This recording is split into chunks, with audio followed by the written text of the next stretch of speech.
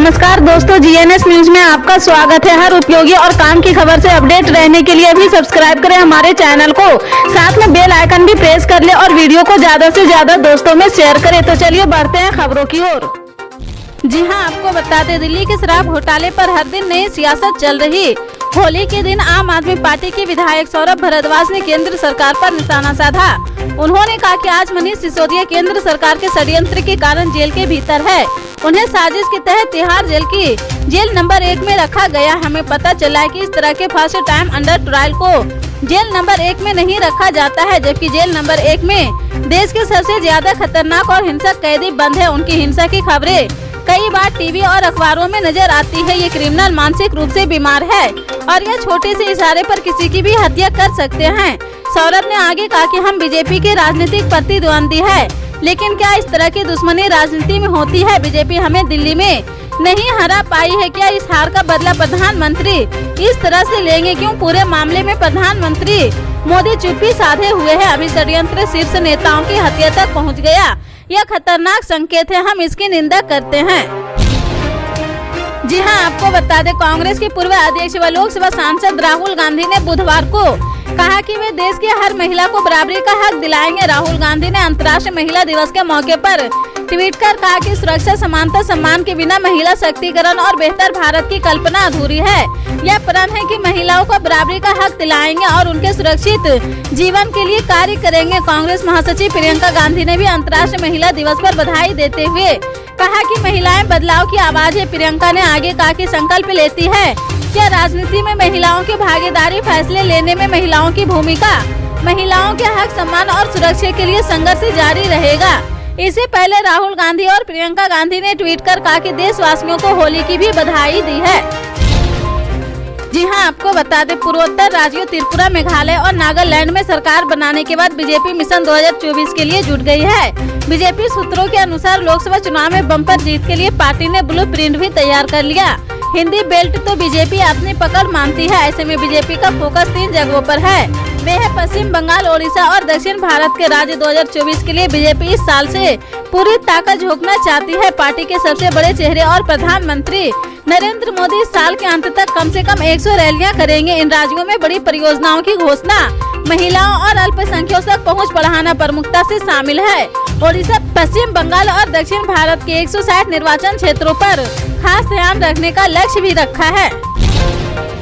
जी हां, आपको बता दें, होली के दिन प्याज किसानों को सरकार ने बड़ा तोहफा दिया है। सरकार ने अपनी खरीद एजेंसियों को निर्देश दिया है कि वे मंडियों में कीमतों में गिरावट की खबरें के मद्देनजर लाल प्याज की खरीद और खपत केंद्रों को एक साथ भेजने और बिक्री के लिए तुरंत बाजार में हस्तक्षेप करे। सरकार ने यह निर्देश किसानों से प्याज खरीदने के लिए national agriculture cooperative marketing federation of India और national consumer cooperative federation of India limited को दिया गया है। न्यूज एजेंसी ANI के अनुसार गिरती कीमतों की चुनौतियों का समाधान करने के लिए सरकार के पास प्याज की खरीद और भंडारण के लिए मूल्य स्थिरीकरण कोष है, जो मंदी के मौसम के दौरान आपूर्ति श्रृंखला को सुचारू रखने के लिए एक बार के रूप में है। कृषि और किसान कल्याण मंत्रालय ने मंगलवार शाम एक बयान में कहा है कि NFED के पिछले 10 दिनों लगभग 4000 टन प्याज सीधे किसानों से 900 रुपये प्रति 100 किलोग्राम से ऊपर की दर से खरीदा है। जी हां, आपको बता दें, तमिलनाडु में कथित तौर पर बिहारी मजदूरों पर हुए हमले का मामला थमता हुआ नहीं दिख रहा।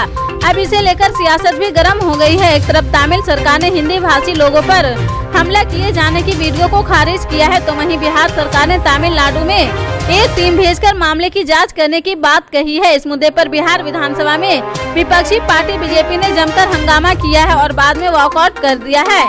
तमिलनाडु में लगभग 10 लाख प्रवासी मजदूर काम करते हैं। मारपीट की बात के बाद बिहारी मजदूर धीरे धीरे अपने राज्य लौट रहे हैं। जिस तरह की वीडियो और खबरें पिछले दिनों तमिलनाडु से आई है, उसे देखकर यह सवाल उठता है कि भाषा कैसे इन मजदूरों की दुश्मन बन गई है और भाषा और प्रतिकूल मौसम की दिक्कत होने के बावजूद ये मजदूर अपना राज्य छोड़कर दूसरे राज्य जाने पर क्यों मजबूर है? आइए इन सवालों के जवाब समझने की कोशिश करते हैं।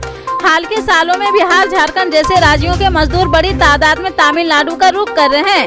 तमिलनाडु के पश्चिमी हिस्से में तिरुपुर और कोयंटरपुर के आसपास पिछले कुछ सालों से प्रवासी मजदूर की संख्या बढ़ी है। बिहार एसोसिएशन के सचिव मुकेश कुमार ठाकुर ने BBC को बताया कि पहले बिहार के मजदूर तमिलनाडु में कम ही आते थे, लेकिन कोरोना के बाद ये संख्या बढ़ी है। जी हां, आपको बता दें कोची में कच्चे की आग को लेकर विपक्ष भी सरकार पर हमलावर हो गया है।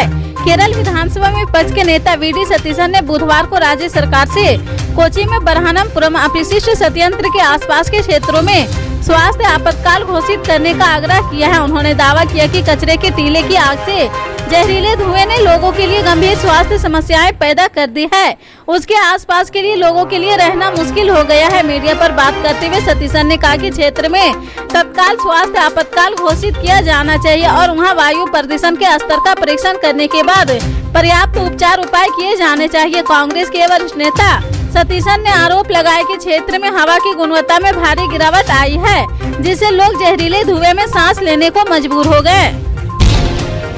जी हां, आपको बता दें दिल्ली के मुख्यमंत्री अरविंद केजरीवाल ने इस बार पूर्व उप मुख्यमंत्री मनीष सिसोदिया और सत्येंद्र जैन की गिरफ्तारी के विरोध में होली न मनाने का फैसला किया है। आम आदमी पार्टी की तरफ से मिली जानकारी के मुताबिक अरविंद केजरीवाल सुबह 10 बजे से शाम 5 बजे तक ध्यान मुद्रा में रहेंगे। अरविंद केजरीवाल की ध्यान मुद्रा वाली तस्वीर भी सामने आई है। बता दें कि कथित आबकारी घोटाले को लेकर सीबीआई ने मनीष सिसोदिया को गिरफ्तार किया था, जो कि इस समय तिहाड़ जेल में बंद है।